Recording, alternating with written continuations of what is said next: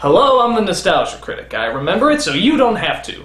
You know, what is it about sports movies? They're rarely good, and yet we always seem to enjoy watching them. Why? It's like watching a taped recording of a baseball game. We all know what's going to happen in the end, so why do we waste our time watching it?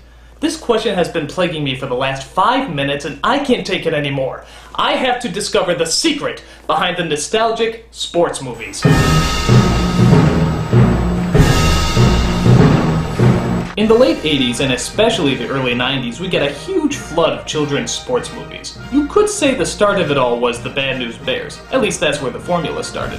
You know, the formula about the underdog team of misfits who don't look like they had a chance and then somehow turned into the greatest team of all time within one season. It may have started with the Bad News Bears, but it was the Mighty Ducks that got the attention of our generation. It was about a lawyer who had to spend his community service time teaching pee-wee hockey to a bunch of rowdy kids. And as you might have guessed, hijinks ensue. Of course, in a matter of no time at all, the team makes it to the championship because they start playing with heart. It wasn't a good movie, but it wasn't really a bad movie either. It was just kind of a generic sports film.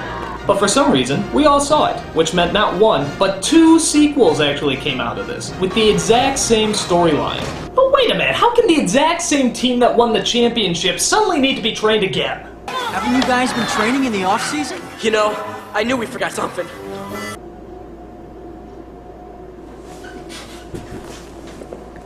That's really lame. So this film spawned dozens of Mighty Duck ripoffs, including Little Giants, Little Big League, Little Angels in the Outfield. Well, okay, maybe they weren't all little, but you get the point. Everybody loved this formula and abused it to death.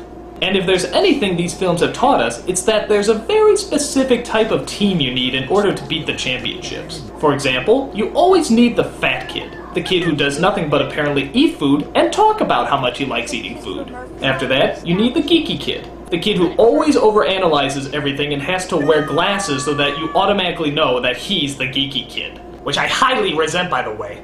And then, of course, you need the girl. The only single, solitary female who shows that girls can do anything that boys can. Except move a couch or pee standing up. We own that. And last but not least, you need the good-looking all-star. The character who's troubled, confused, and could be the best player on the team if only somebody would give him a chance. You're up, Emily. Me? But I'm just an emotionally troubled rookie. What could I have to offer? You got an angel with you right now. What? Oh, yeah. Apparently there's angels out there that help players win by cheating at baseball games. At least that's what they tell us in Angels in the Outfield. A film that stars an actor that you might find to be a little familiar. Tommy! Tommy! Tommy! That's right, Tommy from Third Rock from the Sun stars in this stinker, as he tries to ask his father when they'll be a family again. I'd say when the Angels win the pennant. In a last desperate attempt, Tommy actually turns to God and asks him for help. God, I'd really like a family. Maybe you could help him a little. Faster than you can say religious blasphemy, Tommy is visited by angels who actually help out the team to get them to the pennant. Now what sense does that make? Are you seriously telling me God is up in heaven somewhere saying, "A nasty earthquake kills billions? Sorry, not really my department. Oh, thousands of children starving in Africa? Sorry, I do work in mysterious ways." A little boy wants me to rig a baseball game so he can be reunited with his selfish jackass father? Angels, to your duty! You, stop that curveball! You, help his pitching! You, give him a back rub! You, get that creepy angel that looks like Christopher Lloyd to do some pointless flashy special effects! My God, I've never seen a cause more worthy! But not all sports movies necessarily have to follow a team. Like how about The Karate Kid? You remember, the kid that actually learns karate by painting fences and waxing cars? Yeah, I know this sounds like complete bullshit, but I believe in this method. So much so that I have been training for weeks, painting my fences and waxing my cars to become the ultimate karate master. And now, I think it's time to put my newly founded teachings to the test. This is my opponent, and now I will demonstrate the brute fighting force that I have become.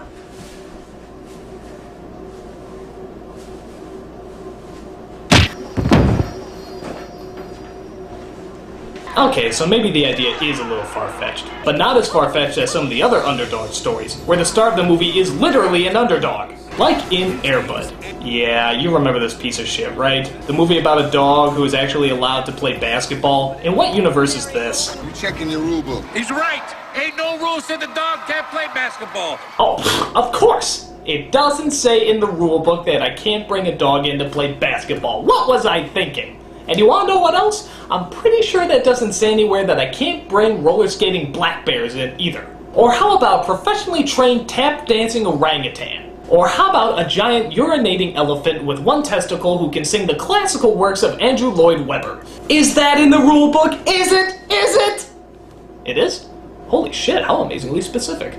This is a joke! Another film just dealing with one player is Rookie of the Year. In this film, a kid injures his arm so that it can propel back and launch like a catapult. So a baseball team actually decides to pick him up as a pitcher. Seriously, what baseball team could be so desperate that they actually get a child to pitch for them? You sure this isn't a true story? Gotcha. Another reoccurring theme you might have noticed in these movies is the villain. Somehow, the other team is always made up of the most evil, diabolically sneaky bunch of people you've ever seen in your life. Like, remember the martial arts teacher from The Karate Kid? This guy makes General Mao look like a princess. Mercy is for the weak. What are you here for, old man? The enemy deserves no mercy. What are you looking at? Finish him! What karate teacher actually talks like this? This is a karate dojo, not a knitting class. Well, I expected this kind of treatment from the YMCA, but not from this establishment. My favorite scene is when Mr. Miyagi asks the teacher to leave Daniel alone before the tournament. You're a pushy little bastard, ain't you? But I like that. I like that. Yes, very clever, old man. The ball is in your court now, but after the tournament is over, it is I who will possess the golden trophy, making me ruler of the dojo set next to the Walgreens drugstore. God, I need a girlfriend. Or how about the kids from Little Giants? Remember how intimidating they were? We just came by to tell you guys how incredibly sorry we are that you didn't make the team. Oh, well, thank you very much. You know, maybe I had you guys pegged wrong. I always assumed you were harsh, mean individuals, but now I see you're just the playful type who don't really want to hurt anybody's feelings. Not! Damn your witty repartee! You know there's no way I can talk my way out of the not clause! It's foolproof! But I think my favorite villains have to go to the Germans from Cool Runnings. I don't know why, but I just love these guys. They're like the grade school bullies of bobsledding. Why don't you put some training wheels on that sled? You want to say something, Jamaica? Come on, Jamaica. You have no business here, Jamaica. Yeah, and your father was a Wiener Schnitzel. Seriously, these guys are like the Nelsons of Winter Olympics. And of course, you can't have a kid's sports movie without the always popular sports montage. This is where you see the team working really hard in a couple of clips and then suddenly they become professional players. Newsflash, guys, fast editing and a horrible 80s song doesn't make you sports legends. In fact, you can do anything with an 80s song and fast editing and you'll look like a hero. Watch!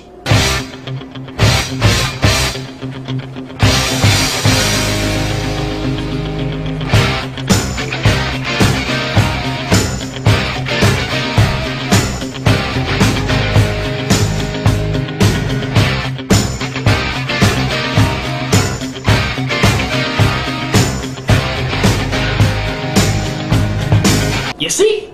But to be honest, not all children's sports movies are god-awful. I mean, Cool Runnings isn't all that bad. And The Sandlot, in my opinion, is an all-American classic. But these films are few and far between, as most of these movies just succumb to the same idiotic cliches that make us all want to get hit in the head with a curveball. So why do we watch them so much? Because we love sports, and we always love the underdog. So much so that these films actually continue to follow us. Now, instead of making cheesy sports films for kids, they're making cheesy sports films for adults. And again, the good ones are few and far between. But I guess it's important to remember that it's not how good or bad the movie is, it's how you play the game. And of course, no children's sports movie will be complete without the greatest cliche of all. And so, to this cliche, I say...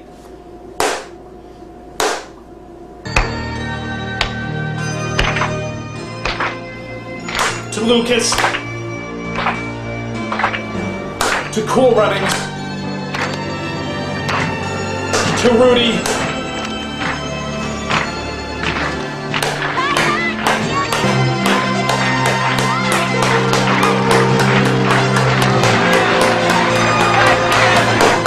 Congratulations! You did it! You perfected the slow clap!